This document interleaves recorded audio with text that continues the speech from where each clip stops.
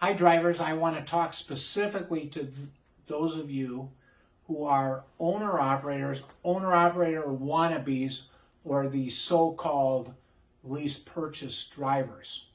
So when you are a real owner-operator, not somebody on a scammy lease purchase program, when you're a real owner-operator, which either means you've got a lease of the truck to you and you are leasing it back to a carrier, which could be the carrier you're leasing it from or its affiliate, or you have title to a truck and you have a lease as a owner-operator with a carrier, you are entitled to, actually the carrier is required to have a lease with you that meets the requirements of the DOT's, FMCSA's, Truth in Leasing Regulations, which you can Google and find at 49 CFR Part 376.12. And a lot of drivers call us and say, I'm getting skimmed from. Well, where's your proof? Okay? Well, I don't have the proof. Well, you are entitled, if you're an owner-operator or a lease purchase driver and have a lease where you are contracting the truck to a carrier, you are entitled to, in certain documents, the lease, Truth in Leasing Regulations say certain things must be in a lease. And one of those things is that you are entitled to receive at or before the time of settlement, if you're paid on a percentage, a copy of the invoice to the customer or a computer-generated document containing the same information that would appear on a rated freight bill. So, the carrier's option is to either give you a copy of the rated freight bill and they can block out the customer's name. And a lot of carriers don't even bill they bill in bulk, or there's e-pay, so there isn't necessarily a rated freight bill.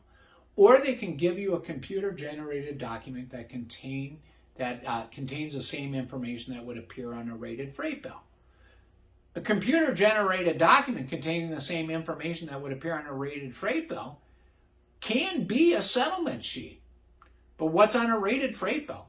The origin, the destination, sometimes the piece count or weight if the carrier's still old-fashioned and billing or paying based on 100 weight or per 1,000 pounds, and the rate information, X per mile, what appears on a rated freight bill. So a settlement can qualify as that computer-generated document that would appear on the rated freight bill.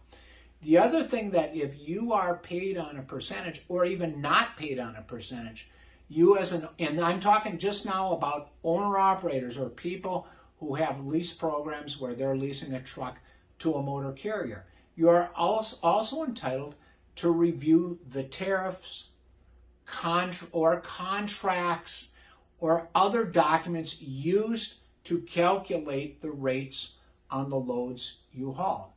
So that applies whether you paid a mileage percentage, etc.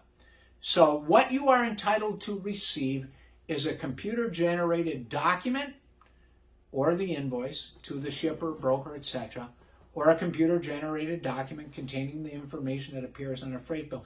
And you are entitled to review, not receive, but to review the source documents for calculating the rates. And they can block out the customer information on that, but you're going to know who it is. So that may be a contract, it may be a rate circular, it may be tariff not in the traditional sense where it's filed with the government, but a tariff, some sort of rate circular.